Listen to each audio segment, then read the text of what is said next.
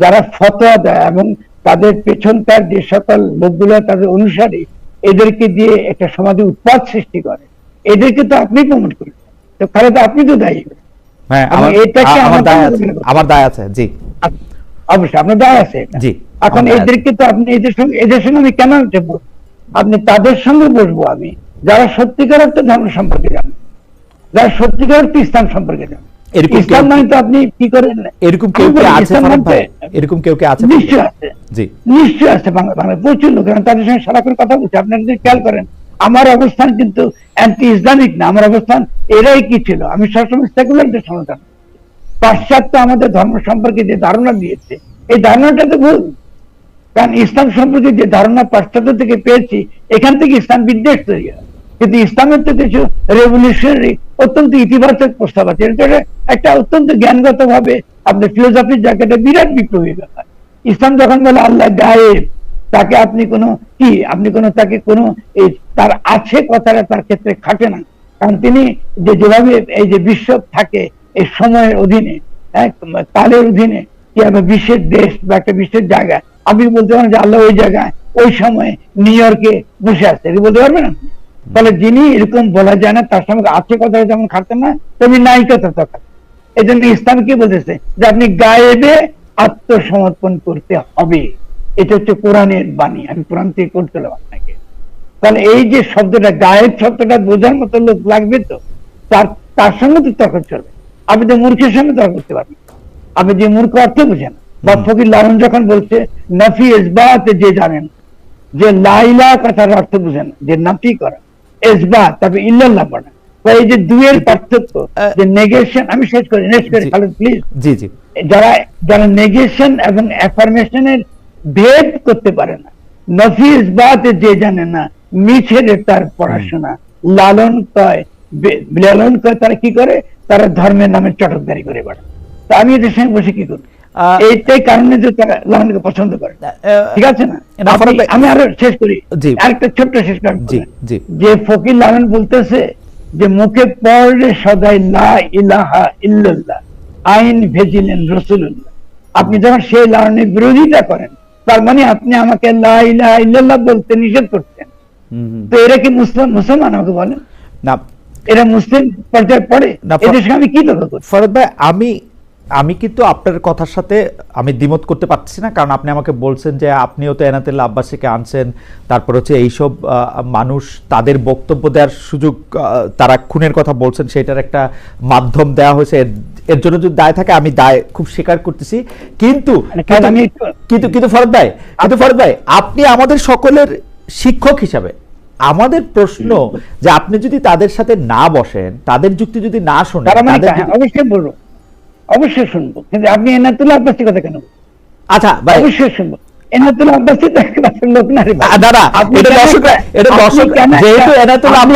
যেহেতু এনায়েতুল্লাহ আব্বাসী আপনাকে বলছেন যে আপনি যে ধরনের অন্যায় করছেন আপনাকে মেরে ফেলা যায়, আমি তার কথা বলতে চাইতেছিলাম না। আপনি বলছেন যে মেরে ফেলার জন্য আপনি রেডি আছেন, মরে যাওয়ার জন্য আপনি রেডি।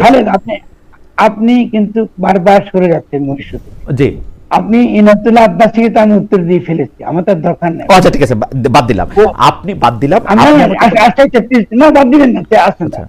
আমি তো বলেছি এনায়েতুল্লাহ আব্বাসী, আবারও বলতে, এনায়েতুল্লাহ আব্বাসী কোথায় দাঁড়ালে তিনি আমাকে হত্যা করবেন, আমি সেখানে দাঁড়িয়ে থাকবো। কারণ আপনি তো মূর্খের সঙ্গে তর্ক করতে পারবেন। আপনি কি বলতে চান?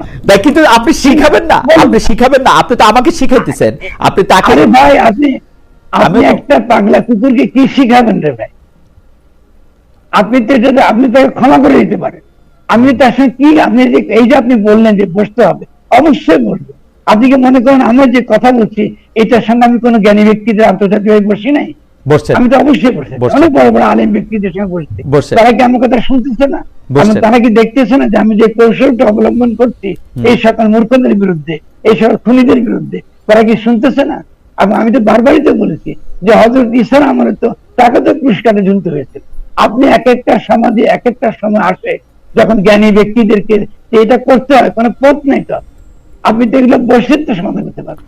ফলে সেই ক্ষেত্রে আপনার প্রশ্নটা হচ্ছে এই দেশের সাধারণ যে মানুষগুলো, সাধারণ যে থাকে ঈসাকে বলে আল্লাহ থেকে ক্ষমা করে দাও, এরা জানে না কি করে, তো ওদেরকে আমার এই কথাটাই বলতে হবে। আপনি কিছু বলেন, এখন আমি যে কথাগুলো বলছি সে কথাটা যদি আমি ভুল বলে আজকেও কালকেও, এটা তো নিশ্চয়ই বিচার করবে, ইতিহাস তো তার বিচার করবে। কারণ আমি তো এদের পক্ষে তো আমি দাঁড়িয়েছি, এবং দাঁড়িয়ে আমি ভুল করেছি মনে করি। কারণ যারা অনেক সেকুলার এখন আমাকে তামাশা করছে এদের পক্ষে ফরাবুল্লাহ দাঁড়িয়েছে, না, এদের পক্ষে আমি দাঁড়িয়েছি, এবং আগামী দিনে এদের পক্ষে আমি দাঁড়াবো। কারণ কথা হচ্ছে আমি তো মানুষকে তো অস্বীকার করতে পারবো, মানুষকে নিয়ে আমার কারণ, সে যদি ভুল করে মানুষকে অস্বীকার করতে পারে। কিন্তু আপনি আমাকে বলতেছেন সেটা না, এমন একটা লোকের সঙ্গে বলতে যে লোকটা বিশুদ্ধ মূর্খ, আচ্ছা ওর সঙ্গে কি কথা। আচ্ছা আমি আমি আমি আমি আমি আমি অন্যভাবে বলি যে ধরেন আপনি যে ব্যাখ্যা দিচ্ছেন বা যে জায়গার থেকে যে যে পাটাতন বা পটভূমি থেকে আপনি কথা বলতেছেন, এই একই জায়গা থেকে কি আমাদের ইমাম সাহেবেরা, আমি যদি বলি বাইতুল মোকাররমের যিনি খতিব আছেন, তিনিও কি একই জায়গায় আছেন? তার সাথে কি আপনার এই ব্যাপারে কথা হচ্ছে? মানে মানে মানে ব্যাপারটা কি আলাদা হইতেছে কিনা? মানে কারণ আমার মানে অনেকে লিখতেছেন তো, যারা আমাদের সাথে আলোচনা অংশগ্রহণ করতেছেন তারা বলতেছেন যে আমি বন্ধু দিচ্ছি, বুঝে গেছি। আপনি আসলে আমাদের বন্ধু মোহাম্মদ আজমকে একটা আপনি ধরুন তিনি বাংলা সাহিত্যে তিনি এক্সপার্ট, তাহলে আপনি যদি আমরা একটা লোকের সঙ্গে বসাবেন তিনি সেটাতে এক্সপার্ট নন। যেমন আমার কিন্তু বিশেষজ্ঞতা কিন্তু আপনি কয়েক রাকাত নামাজ পড়বেন, আপনি কি করলে আপনি জান্নাতে যাবেন এটা না, আমার বিশেষজ্ঞতা হচ্ছে দর্শন। আপনি ইগনোর করছেন কেন? দর্শন হচ্ছে আমার ইস্যু, ধর্মতত্ত্ব না। ফলে ধর্মতত্ত্বের লোকের সঙ্গে আমি কেন আপনি আমাকে তর্ক করতে বলছেন? ওকে, এটা তো ভুল তো। ওকে, আপনি প্রথম কথা হচ্ছে আপনি যদি জ্ঞানী এরকম কোন ব্যক্তি পান যিনি রিয়েলি থিওলজি বুঝেন, ধর্মতত্ত্ব বুঝেন, কারণ ইসলাম তো ধর্মতত্ত্ব না। কারণ এই মানুষগুলো যে বড় ক্ষতি করছে আন্তর্জাতিক ভাবে সেটা হলো এই, তারা ইসলামকে একটা অত্যন্ত নিকৃষ্ট সহিংস সন্ত্রাসী ধর্ম আকারে এটাকে তারা প্রতিষ্ঠা করছে আন্তর্জাতিক ভাবে। আমাদেরকে প্রতিষ্ঠা করতে হচ্ছে ইসলাম এমনই একটা ধর্মতত্ত্ব সে প্রস্তাব করেছে যার মধ্যে নিহিত রয়েছে এমন দার্শনিক প্রস্তাবনা যা এই মুহূর্তে আমাদেরকে বিশ্ব জয় করবার উপাদান দেয়, বিশ্ব জয় করবার উপাদান দেয়। আপনি উস্কাইতেছেন, শেষ করি প্লিজ খালেদ, আপনি উস্কাইতেছেন বাংলাদেশে আবার একটা সন্ত্রাস বিরোধী, ওই যে ঠিক আছে না, ওই যে মার্কিন যুক্তরাষ্ট্রের আপনার সেই ওয়ার অন টেরর এরকম একটা কিছু আপনি চাপিয়ে দেওয়া। আমি উস্কাইতেছি না, আপনি উস্কাইতেছেন বলে মনে হইতেছে, এটা আমি জানি না। কিন্তু ঘটনা দিচ্ছে যে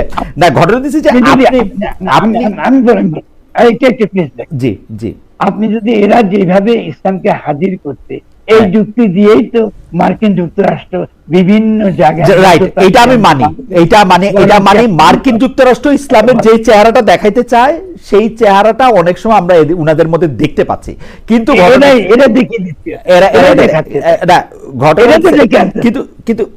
কিন্তু আমি আচ্ছা ফরদ ভাই, আমি একটু প্রফেসর আজমের শরণাপন্ন হই যে ডক্টর আজম, আপনি আমাদেরকে একটু বলেন তো, ফরদ ভাই ইসলামের যে দার্শনিক জায়গাটা প্রতিষ্ঠিত করতে চাইতেছে বা প্রতিষ্ঠিত করছেও হয়তো, বা অনেকের মধ্যে অলরেডি এটা প্রতিষ্ঠিত আছেও, ওইটা কি আসলে মানে ওইটা কি আসলে সামনে আসতে পারবে, নাকি আমরা যেটা পশ্চিম আমাদেরকে ইসলামের রূপ বইলা যে জিনিসটা দেখাইতে চায় সেইটাই বাংলাদেশে প্রতিষ্ঠিত? আপনার কাছে কি মনে হয় কোন? আমার রাজনৈতিক দর্শনটা ভিন্ন। সেটা হচ্ছে যে রাজনীতির দুইটা দিক রাষ্ট্রবিজ্ঞানের, আপনি ভালো জানেন, একটা হচ্ছে থিওরিক্যাল পলিটিক্স আর একটা হচ্ছে অ্যাপ্লাইড পলিটিক্স। তা আমি অ্যাপ্লাইড পলিটিক্সটা করি না, হরতাল মিছিল মিটিং ভোটাভুটি এগুলোকে আমি সমর্থন করি না, বাট থিওরিক্যাল পলিটিক্স এটা আমি খুব চর্চা করি। এবং থিওরিক্যাল পলিটিক্সটা হচ্ছে রাষ্ট্রবিজ্ঞানের অবজারভেশনাল সায়েন্স, পর্যবেক্ষণমূলক বিজ্ঞান। আমি বাংলাদেশ নিয়ে আমার যে চিন্তা চেতনা এবং বাংলাদেশের ভবিষ্যৎ নিয়ে, এটা 8ই আগস্ট আমি সংবাদ সম্মেলন করে বলেছি, সেটা আপনি দেখবেন, জনগণও দেখবে বলে আশা করি। আমি আমার বক্তব্যে বারবার বলে এসেছি, বাংলাদেশে এখন যারা রাজনীতির দায়িত্ব নিয়েছে, রাষ্ট্র পরিচালনা, রাষ্ট্র মেরামতের, তাদের হাতে বাংলাদেশের রাজনীতির ভবিষ্যৎ মোটেও নাই। এটা চলে গেছে আটলান্টিকের ওপারে। আমি সবসময় আমার বক্তব্যে ভারত বিরোধিতা করে এসেছি। আমি ভারতের আধিপত্য এক মুহূর্তের জন্য বাংলাদেশে মানতে পারি না। আমি বলেছি ভারতীয় হিন্দুত্ববাদ আর আধিপত্যবাদ থেকে বাংলাদেশ মুক্ত হয়েছে, কিন্তু মার্কিন আগ্রাসন ধেয়ে আসছে। এখন যদি এখানে আমি মনে করি যে পশ্চিমা দুনিয়ার 3টা এজেন্ডা, একটা হচ্ছে বর্তমান সরকারকে বসানো। বর্তমান সরকার যে গঠন করা হয়েছে এটা তো কোনো বিপ্লবী সরকার হয়নি। আমি তো চেয়েছিলাম প্রত্যেক মূলধারা রাজনৈতিক দল থেকে ঘাঘু রাজনীতিবিদ যারা তৃণমূল থেকে রাজনীতি করে এসেছে তাদেরকে নিয়ে একটা ইন্টারিয়াম গভর্নমেন্ট ইনভলভমেন্ট হবে, তা তো হলো না। আপনি- বরং আমি মনে করি এটা পশ্চিমা দুনিয়ার, আপনি আমি একটু বলি, জি। বরং পশ্চিমা দুনিয়ার যে প্রেসক্রিপশন ছিল ওই অনুযায়ী বর্তমান সরকারটা গঠন করা হয়েছে, যে কারণে এরা দেশের কোনো সংস্কারও করতে পারবে না, মেরামতও করতে পারবে না, যা আমরা ইতিমধ্যে এতদিন দেখেছি।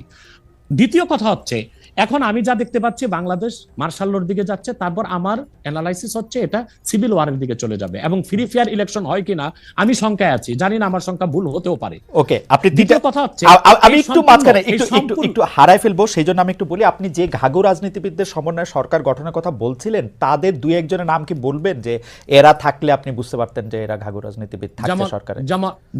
যেমন মনে করেন বিএনপি থেকে দুই একজন নেওয়া যেতে পারতো, জামাত ইসলামের ডক্টর শফিক সহ আরো কিছু অভিজ্ঞ কিছু নেতা নেওয়া যেতে পারতো, এবং আরো যেমন ছাত্র সমন্বয়কদের থেকে যারা যেমন তাদেরকে যারা বুদ্ধিভিত্তিক নেতৃত্ব দিয়েছে তাদের রাখা যেতে পারতো। অর্থাৎ বাংলাদেশের যে রাজনীতি করবে তারা বাংলাদেশের ইতিহাস ঐতিহ্য এই জাতির নৃতত্ব সম্পর্কে জানা থাকতে হবে, নতুবা এই জাতিকে কেউ শাসন করতে পারবে না। যারা এখন যে কোনো দেশের শাসন করতেছেন তাদেরকে আপনি এর যোগ্য মনে করেন না, এবং আপনি মনে করেন একটা সিভিল ওয়ারের দিকে, একটা মার্শাল লর দিকে? তাদেরকে আমি অযোগ্য বলছি না, কিন্তু রাজনীতির ময়দানে তারা খুব যোগ্য নয়। তারা যদি খুবই যোগ্য হতো তাহলে দেশ কি এই অবস্থায় যায়? এখন লুটপাট ধর্ষণ যেভাবে বেড়েছে, এখন এটা তো স্বাভাবিকই মনে হচ্ছে যে দেশ কোনো ভালো গন্তব্যে যাচ্ছে না। এখন আমার কথাটা শুনুন, আমি আগ থেকেই বলে এসেছি, এই সবগুলো বিপদ হুমকিকে ওভারকাম করা যেত, এবং মার্কিন আগ্রাসনকে ঠেকিয়ে আমরা একটা সুন্দর বাংলাদেশ ফেয়ার এবং ফ্রি ইলেকশনের মাধ্যমে করতে পারতাম। এটার দায়িত্ব যদি ইসলামপন্থীগণ নিতেন। এখন ইসলামপন্থী কারা? শুধু জামাত ইসলামীকে তো দিলে হবে না, এদেশে 3 থেকে 3.5 লক্ষ মসজিদের ইমাম হচ্ছে হেফাজতের লোক, তারা হচ্ছে মসজিদগুলোকে কন্ট্রোল করে, এবং প্রত্যেকটা সমাজ কিন্তু এখনো মসজিদ কর্তৃকই নিয়ন্ত্রিত। ইমাম সাহেবের কথাটাই সমাজের লোক শুনে। তো বোঝা যাচ্ছে বাংলাদেশের রাজনীতিতে মূল শক্তি হিসেবে আসতে পারে হেফাজত ইসলাম বাংলাদেশ, তাদেরকে নিতে হবে। জামাত ইসলামী আছে, খেলাফত আছে, অন্যান্য ইসলামী দলগুলোকে নিয়ে যদি একটা অ্যালায়েন্স করা যেত, তাহলে বাংলাদেশে যে কোনো আগ্রাসনও ঠেকানো যেত, ফ্রি অ্যান্ড ফেয়ার ইলেকশনও করা যেত, এবং অন্তত শতাধিক আসন নিয়ে ইসলামপন্থীগণ সংসদে যেতে পারত। ওকে, ইসলামপন্থীদের কথা যেহেতু আসলো, মানে আপনাকে প্রথমে একটু প্রশ্ন করে রাখতে চাই যে আপনি নতুন রাজনৈতিক দল ঘোষণা অগাস্টে দিয়েছিলেন, আপনার রাজনৈতিক দর্শনের কথাও বললেন, যেটা অনেকের থেকে আলাদা। বর্তমানে যেসব রাজনৈতিক ইসলামী আদর্শে অনুপ্রাণিত রাজনৈতিক দল আছে, জামাত ইসলামী সহ, তাদের কারোর সাথে যুক্ত হওয়া বা তাদের কারোর ব্যাপারে মানে তাদের অন্তর্ভুক্ত হওয়ার কি আপনি ভাবছেন, বা তাদের কাউকে আপনি সহি ইসলামিক আদর্শে অনুপ্রাণিত রাজনৈতিক দল মনে করেন কিনা? দেখুন, আমি আগেই বলেছি যে আমি অ্যাপ্লাইড পলিটিক্স করি না, আমি থিওরিক্যাল পলিটিক্স করি, কারণ আমি খেলাফার আদর্শে বিশ্বাসী, আমি ডেমোক্রেসিতে বিশ্বাসী নই। আমি মনে করি ডেমোক্রেসি বা গণতন্ত্রটা পৃথিবীর মানুষকে প্রতারিত করছে। ডেমোক্রেসি বা গণতন্ত্রের সুবিধা নিচ্ছে আমেরিকা এবং কয়েকটা ইউরোপিয়ান দেশ। আমাদের মতো তৃতীয় বিশ্বের দেশগুলো গণতন্ত্রটাই আমাদের জন্য অভিশাপ। আমাদের কোনো স্বাধীন পররাষ্ট্রনীতি নেই, আমাদের কোনো ট্যাক্সি অর্থনীতি নেই, আমাদের কোনো পূর্ণাঙ্গ শিক্ষা ব্যবস্থা নেই, আমাদের কোনো সুস্থ সংস্কৃতি নেই। এটার জন্য ডেমোক্রেসিকে একটা আপনি বাধা মনে করতেছেন? এই যে নাই যে এবং অভিশাপ মনে করি, তাহলে তো এই জন্য এখন যারা বাংলাদেশে রাজনীতি করছে ইসলামী রাজনীতির ব্যানারে, তা তো ডেমোক্রেসি করছে, অথবা আমি তাদের সাথে যুক্ত হওয়ার প্রশ্নই আসে না। তবে তারা যেন সুবিধাজনক ভাবে সংসদে যেতে পারে, বিরাট সংখ্যক একটি প্রতিনিধি দল নেই, সেটা আমি চাই। এটা শরীয়তের একটা বিধান আছে, আর জারুরাতু তাতাকাদ্দারু বিকাদরিজ জারুরা। ডেমোক্রেসিকে আমি পছন্দ করি না, কিন্তু বিশেষ মুহূর্তে বড় বিপদকে ঠেকাতে মাঝে মধ্যে হারাম জিনিসটাকে কিছু সময়ের জন্য হারাম জেনে কিছু সময়ের জন্য শিথিলতায় যাওয়া যায়। সেজন্য আমি মনে প্রাণে চাই, আমি খেলাফায় বিশ্বাসী হলেও এদেশে যারা ইসলামী রাজনীতির ব্যানারে আন্দোলন করছে, সর্বোচ্চ সংখ্যক আসন নিয়ে তারা সংসদে যান। কিন্তু তাদের মধ্যে তো অনেকগুলি ফ্র্যাকশন আছে, একজন আরেকজনের ঠিক বিশ্বাস করে না। জামায়াতে ইসলামীকে যেমন ধরেন, জামায়াতে ইসলামী অনেক ইসলামিক রাজনৈতিক দলের কাছেই খুব গ্রহণযোগ্য দল না। আমরা দেখেছি যে হেফাজতে ইসলামীর আন্দোলনের ক্ষেত্রে শেখ হাসিনাকে কওমি জননী উপহার দেওয়া, শেখ হাসিনার সাথে হাতকে শক্তিশালী করার জন্য হেফাজতের বিভিন্ন নেতৃবৃন্দের বিভিন্ন সময় সার্বিক অবস্থান জামাতে ইসলামীকে ঠেকানোর জন্য হয়েছিল। আপনি নিশ্চয়ই খেয়াল করেছেন। আমি এই ফ্র্যাকশনগুলো আলাদা আলাদা করে বলতে পারি। চরমোনাই সাহেবের যে এটা আমি একমত নই। হেফাজত ইসলামী আর জামাত ইসলামের মধ্যে, জামাত ইসলামের আমি বলি এক হচ্ছে জামাত ইসলামীর যিনি প্রতিষ্ঠাতা ছিলেন আবুল আলা মওদুদী, তিনি মুহাদ্দিসও ছিলেন না, মুফাসসিরও ছিলেন না, তবে তিনি ছিলেন দার্শনিক এবং রাষ্ট্রচিন্তক। তো জামাত ইসলামী যারা করছেন তারা তো আসলে আবুল আলা মওদুদীর কোনো মাসালা বা ফেকা মানতেছে না। এবং জামাত ইসলামী তো অসংখ্য লোক আমি দেখেছি দক্ষিণ চট্টগ্রামে, তারা আমাদের মতো কট্টর সুন্নি, অর্থাৎ তারা মিলাদ কিয়াম করতেছে, তারা পিরি মুরিদি মানতেছে, কিন্তু রাজনৈতিকভাবে তারা জামাত ইসলামী করতেছে। তার মানে হচ্ছে 1922 সালে জিএনএ, গ্র্যান্ড ন্যাশনাল অ্যাসেম্বলির মাধ্যমে কামাল পাশা আতাতুর্ক তুরস্কের মধ্যে ইসলামী শাসন ব্যবস্থার জন্য আর না হয় সেই ব্যবস্থা করেছিল।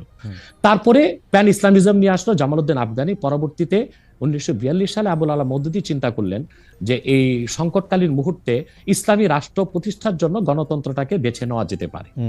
এটাই ছিল তার রাষ্ট্রের চিন্তা, আর সেটাই জামাত ইসলামের লোকজন অনুসরণ করছে। কিন্তু জামাত ইসলামের লোকজনগুলো কিন্তু আবুল আলা মওদুদীকে ইমাম হিসেবেও মানে না, কিংবা তার মাসালাও নিচ্ছে না, শুধু রাষ্ট্র। কিন্তু ডক্টর আব্বাসী এই কথাটা আপনি বলতেছেন, আমি তো জামায়াতের কোন নেতার মুখে এরকম শুনি নাই। আমি বলছি এখন ইসলামী একটি রাষ্ট্র প্রতিষ্ঠার জন্য তারা আবুল আলা মওদুদীর রাষ্ট্র চিন্তাটা নিয়েছে। এখন আমরা বা অন্য হেফাজত ইসলাম বা কওমি ঘরানার যারা বিরোধিতা করি জামাতের, সেটা হচ্ছে আবুল আলা মওদুদীর আকীদা যে ভুল ত্রুটি ছিল সেটার বিরোধিতা করি আমরা। কিন্তু একটা কথা মনে রাখবেন, ইসলামের মৌলিক বিশ্বাসের ক্ষেত্রে জনপুর, ফুরফুরা, দেওবন্দ, কওমি, চরমনাই, জামাত, মসজিদ সবাই কিন্তু এক। আপনার কাছে ফারাদ ভাই, আপনার কাছে যাওয়ার আগে আমি একটু আমাদের একজন দর্শক অনেকবার একই মেসেজ পাঠিয়েছেন, একটু পড়ে শোনাই। ওনার নাম মাহমুদুল হাসান রুমন। উনি বলেছেন, খালেদ আপনার থিওলজির বেসিক খুবই দুর্বল, এরকম আধ্যাত্মিক লেভেলের লোকের সাথে কথা বলার আগে আরো জ্ঞান অর্জন করা উচিত। আমি আপনার সাথে একদম একমত। আমি গত 30 বছর ধরে তুলনামূলকভাবে ধর্মতত্ত্ব পড়তে চেষ্টা করতেছি, কিন্তু আমি দুর্বলই আসলে। ফরাদ ভাই, আমি আপনার কথায় আসি যে যেটা মানে আমি যে প্রশ্নটা আসলে করতে যেতেছি, যে আপনার যে কাজ, এটাকে যদি আমি সাধনা নাও বলি, কাজই যদি বলি, ছোট করে বললে, সেইটার ক্ষেত্রে এইটার কাজ তো আমার কাছে মনে হয় যে আপনি মানুষকে এক জায়গায় আনতে চান, একত্র করতে চান, মিল করতে চান, কিন্তু আসলে আপনি কি দেখলেন? আপনি যদি আপনার বিবেচনা করেন তাহলে কি আরো বেশি বিভেদ সৃষ্টি হইলো কিনা? দায় আমি কাউরে দিচ্ছি না, আমি কাজটা বিবেচনা করতে যে মানে খালেদ, আমার মনে কি যে আমরা কোনো ছোট্ট তর্ক দেখলে আমরা খুব ভীত হয়ে পড়ি। আমি মনে করি যে এই ইস্যুটা আসাটা বাংলাদেশের এখন এই মুহূর্তে, বিশেষত আমি খেয়াল করেন, একটা 5ই আগস্টে একটা গণঅভ্যুত্থান হয়েছে এবং 8ই আগস্টে গণঅভ্যুত্থানটাকে নস্যাৎ করে দেওয়া হয়েছে। আমি এরকম একটা দুর্বল যেখানে সরকার আছে আমাদের, আমরা একটা কনস্টিটিউটিভ প্রসেস, আমরা একটা গঠনমূলক একটা প্রক্রিয়ার মধ্যে ঢুকতে পারিনি। গঠনমূলক প্রক্রিয়া মানে হলো এই বিষয়টা কিন্তু আমরা জনগণের কাছে নিতে পারতাম, বলতাম যে দেখো ইসলাম তোমার ধর্ম, সকলের ধর্ম। তাহলে আমরা যখন নতুন করে একটা রাষ্ট্রটা বানাতে যাচ্ছি, তখন এই ধর্মের ভূমিকাটা কি হবে, কি করে আমরা এটাকে ব্যবহার করব, তার কি, তার প্রজ্ঞার দিকটা কি, তার বিভিন্ন রকম প্রস্তাবনা কি, তার প্রশাসনের প্রস্তাবনা কি, কেমন, তার প্রাণ প্রকৃতি পরিবেশের সঙ্গে তার কি প্রস্তাবনা আছে। যেমন ধরুন, আমি একটা ছোট উদাহরণ দিই আপনাকে।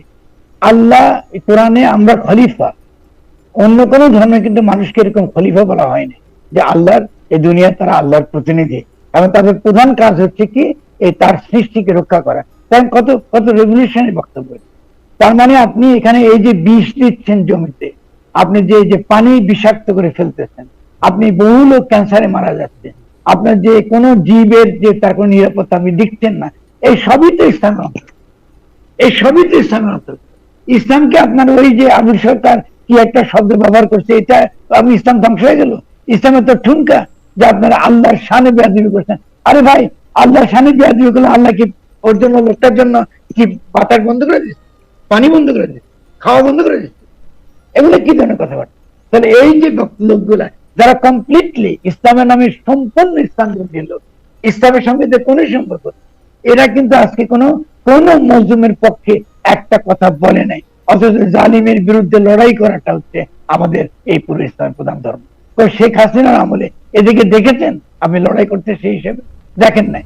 এরাই তো কওমি জননী উপাধি দিয়েছে এই যে কি বলে এই হাসিনা, ঠিক আছে না? এরা তো এই সময় তারা হেলিকপ্টার ঘুরে বেরিয়েছে, বিয়ে তারা বাস করেছে, কারণ সেই সময় অন্য কোন, এই যে আমাদেরকে তখন দমন করা হয়েছে গত 30 বছর, আমাদের কথা বলতে দেওয়া হয়নি, যখন আমরা কথা বলতে শুরু করেছি তখনই আমাদের বিরুদ্ধে প্রচারণা শুরু হয়েছে যে উনি বাউলদের পক্ষে, উনি লালনের পক্ষে, উনি এই উনি সেই। তো তুমি আসো, আমি তো ওই পুরনো ওয়েস্টার্ন বাইনারি দিয়ে তো আমি চলি না।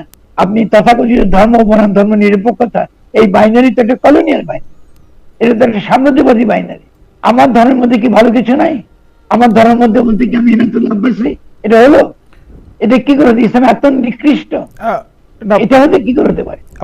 আপনি যদি ফরহাদ ভাই, আমাকে আমার সাথে যারা দর্শকরা যুক্ত আছেন তারা আপনাকে একটা মৌলিক প্রশ্ন আমাকে করতে বলতেছেন, আমি কি করব? একগুচ্ছ প্রশ্ন। মৌলিক প্রশ্ন হচ্ছে যে আপনি কি মুসলমান? আপনি এখন চলে গেছেন কোন জায়গায় জানেন? আমি না ফরহাদ ভাই, দিস ইজ নট মি। যারা এই প্রশ্নটা করে, আচ্ছা ঠিক আছে, আপনি এখন কি হলে মুসলমান হন সেটা তো আমি জানি না। আপনার কাছে তারা একটা হ্যাঁ না উত্তর চাচ্ছেন। না, হ্যাঁ না উত্তরটা ডেফিনেটলি, কেন আমি হ্যাঁ না উত্তর দেব? আমি কি বুঝি সেটা আমি আপনাকে বলতে পারি। আমি কি বুঝি এটা আপনাকে বলতে পারি। আমি যদি সর্বশক্তিমান হিসেবে আল্লাহকে স্বীকার করি এবং তার মেসেঞ্জার হযরত মুহাম্মদ সাল্লাল্লাহু আলাইহি ওয়াসাল্লামকে স্বীকার করি, তাহলে আমি মুসলমান। কলিমা শাহাদাত আমি যদি করি, যতক্ষণ পর্যন্ত আমি এটা না মানে এটার উল্টাটা না বলবো, ততক্ষণ পর্যন্ত আমি মুসলমান। এটা হলো আমি বুঝি। আচ্ছা, প্রথমত হলো যে আপনি যেটা বলতেছেন সেটা হলো যে ইসলাম বলে যে যে কোনো মানুষ তার জন্ম থেকে তার ফিতরাত অনুযায়ী সে মুসলিম, সে ইসলামের অন্তর্গত। সমাজের শিক্ষার মধ্য দিয়ে সে তার ধর্ম থেকে চ্যুত হয়। আর দ্বিতীয় হচ্ছে, আমি তো একটা মুসলিম পরিবারের জনগণ, আমি তো আল্লাহ সম্পর্কে, আল্লাহ শব্দটা অন্যরা বলে বিশ্বাস আর আমি বলি ঈমান। কারণ ঈমান শব্দটা মানে হচ্ছে আত্মসমর্পণ করা। ঈমানের মধ্যে বিশ্বাস নাই। বিশ্বাস শব্দটা এসেছে খ্রিস্টানিটি থেকে। যারা বলে এটা বিশ্বাস, তার মানে হচ্ছে এটা তার বিশ্বাস, তো তার বিশ্বাসের ধর্মের কোনো সম্পর্ক নেই। আপনি আত্মসমর্পণ করেছেন কিনা বলুন, আপনি আল্লাহর কাছে হাত তুলছেন কিনা যে আমি মানুষ, আমি মরণশীল এবং আমি অবশ্যই সমস্ত সত্যের দাবিদার হতে পারি না।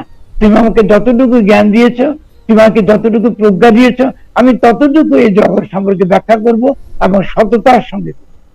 আপনি এটা যখনই বলবেন তো স্বভাবতই আপনি মুসলমান।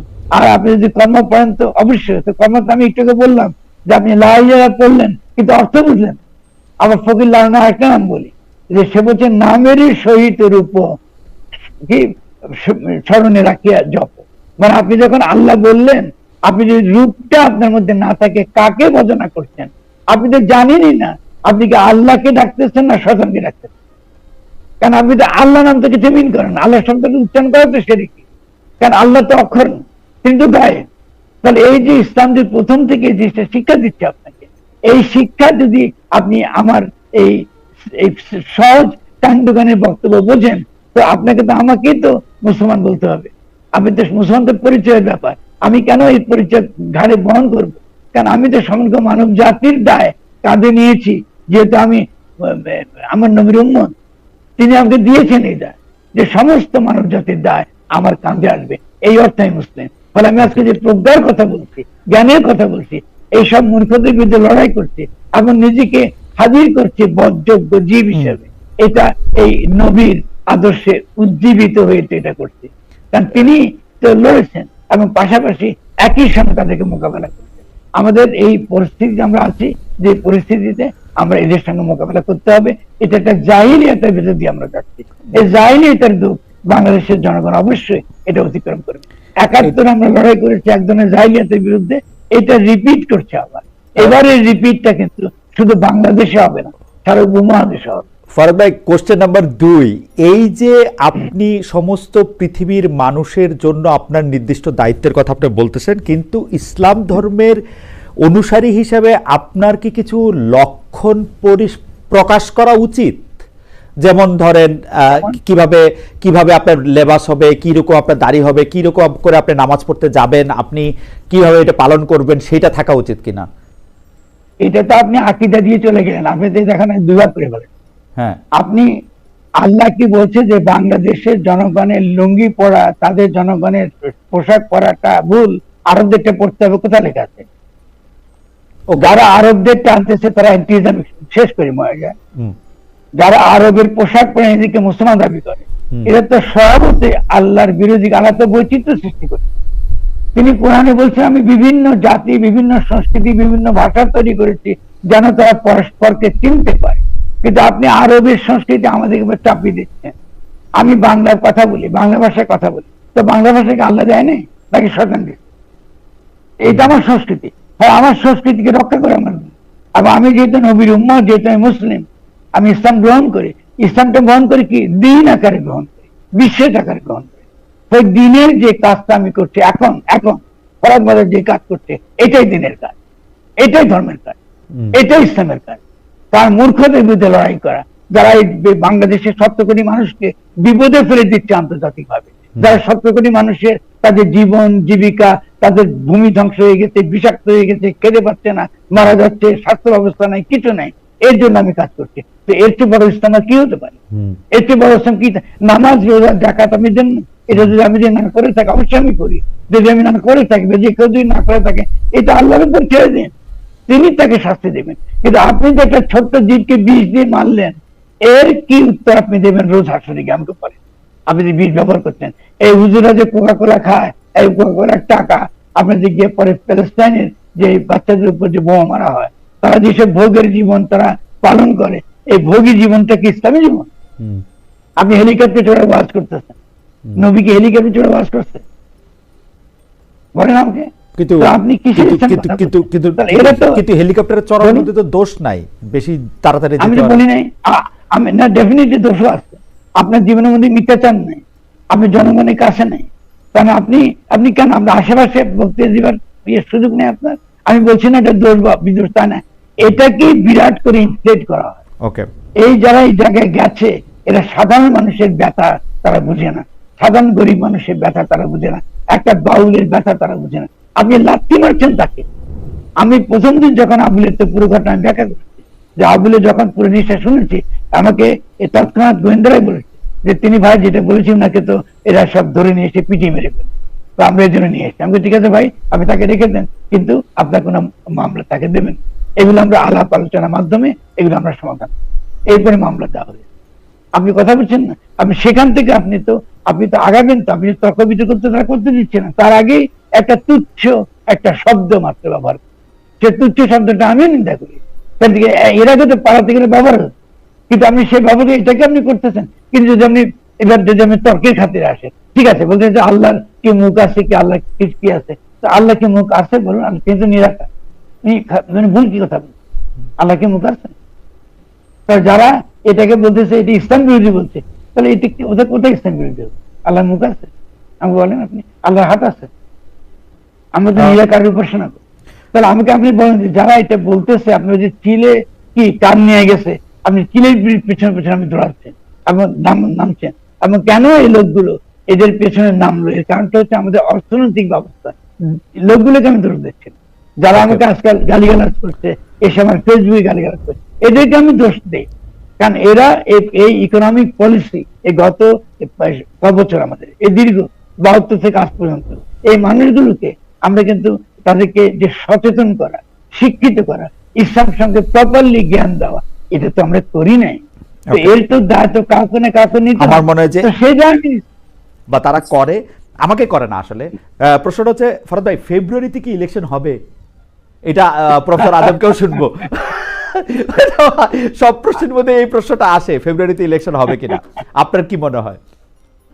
না, আমি তো ধরেন, আমি তো কি বলে, আমি তো গণক না, আমি খালি বলতে পারি যে ফেব্রুয়ারিতে ইলেকশন করবার যে শর্তগুলো আছে, সেই শর্তগুলো আমি অনেক কম দেখি, এবং আমি কিছু বিপদ দেখি। আচ্ছা, আপনি ইলেকশনটা করা, বিপদটা হলে ইলেকশনটা আপনি করাতে চাইছেন সেনাবাহিনীকে দিয়ে, আচ্ছা কার্য, ওকে, এবং সেনাবাহিনীকে জনগণের বিপরীতে, ম্যাজিস্ট্রেসি দিয়ে জনগণের বিপরীতে দাঁড় করানো, মানে এই ধরনের নির্বাচন করতে গেলে তো মারপিট দাঙ্গা হাঙ্গামা হবে, আমি সেক্ষেত্রে সেনাবাহিনীকে ইনভলভ করানোটা আসলে প্রতিষ্ঠানকে দুর্বল করে, মারাত্মকভাবে দুর্বল করে। এবং দ্বিতীয়ত হলো যে আপনি তো ইলেকশনটা হতেছে তো মেইনলি, যেটা আমার যে থিসিস, যেটা লুটেরা মাফিয়া শ্রেণী তাদের মধ্যে একটা বন্দোবস্ত হচ্ছে যে তারা রাষ্ট্র যেমন আছে তেমনি থাকবে, তারা নতুন করে আবার লুটপাট করবে। তো সেদিক থেকে নির্বাচনে কতটা ইতিবাচক ফল জনগণ পাবে? না, আমরা তো যারা থাকে তারাও লুটপাট করে, যারা আসে তারাও লুটপাট করে, যারা ছিল তারাও লুটপাট করে, আমরা কই যাব? আমাদের যাওয়ার জায়গায় কই? যারা আছে তারাও তো লুটপাটই করতেছে। মানে খুব পার্টি অকাশনের সুযোগ ছিল, আপনাকে নতুন করে তো সেই প্রতিষ্ঠানগুলো গড়ে তোলা উচিত ছিল যেন লুটপাট করতে না পারে।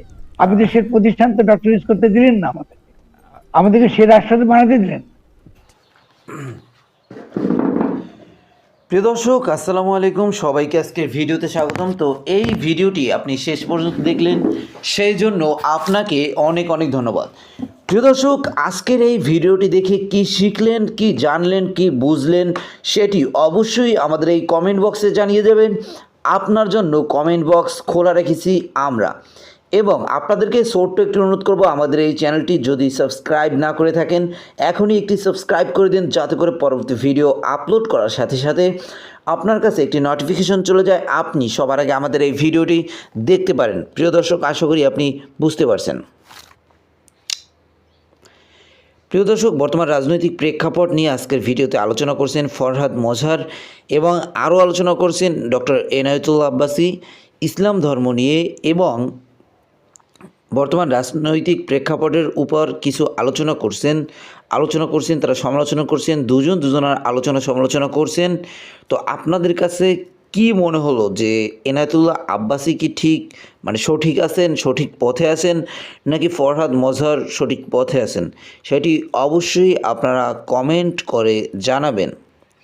প্রিয় দর্শক, আবারও বলবো, যদি লাইক না দিয়ে থাকেন আমাদের ভিডিওতে একটি লাইক দিয়ে দিবেন, অবশ্যই আমাদের চ্যানেলটিকে সাবস্ক্রাইব করে দিবেন। প্রিয় দর্শক, ফরহাদ মজহার বরাবর সাধারণ মানুষের জন্য, আমজনতার জন্য কাজ করে এসেছে এবং এনায়েতুল্লাহ আব্বাসী মুসলিম উম্মার জন্য কাজ করে এসেছে। তো আমার ভিডিও আশা করি সব ধরনের লোকজনই দেখেন, তো কারো পক্ষ নিয়ে কথা বলা আসলে ঠিক হবে না। আপনারা দল মত নির্বিশেষে আমার কমেন্ট বক্সে জানিয়ে যাবেন আপনাদের মতামত, এবং আপনার মতামত যদি আপনি কমেন্ট বক্সে জানান তাহলে আপনার ওই মতামতের উপর ডিপেন্ড করে আরেকজন এসে কমেন্ট করবে, সে কিন্তু অনেক কিছু জানতে পারবে, অনেক কিছু শিখতে পারবে। আশা করি আপনারা বুঝতে পারছেন। প্রিয় দর্শক, ভালো একজন মানুষকে সাপোর্ট করুন, ভালো একজন মানুষকে ভোট দিন, যাতে করে আপনাদের জন্য কাজ করবে, দেশের জন্য কাজ করবে এবং দেশের উন্নয়নের জন্য কাজ করবে, এবং আমাদের পরবর্তী প্রজন্ম একটি সুষ্ঠু সুশৃঙ্খল রাজনৈতিক পরিবেশ পাবে, সেই জন্য কাজ করবে। এমন একজন লোককে ভোট দিন। অসৎ মানুষদের কাছ থেকে দূরে থাকুন, অসৎ মানুষকে সাহায্য করা থেকে দূরে থাকুন। অসৎ মানুষকে যেন হেল্প যদি না পায় তারা কিন্তু রীতিমতো দুর্বল হয়ে পড়বে। আশা করি আপনারা বুঝতে পারছেন। যাই হোক, ভালো থাকবেন, সুস্থ থাকবেন, আল্লাহ হাফেজ।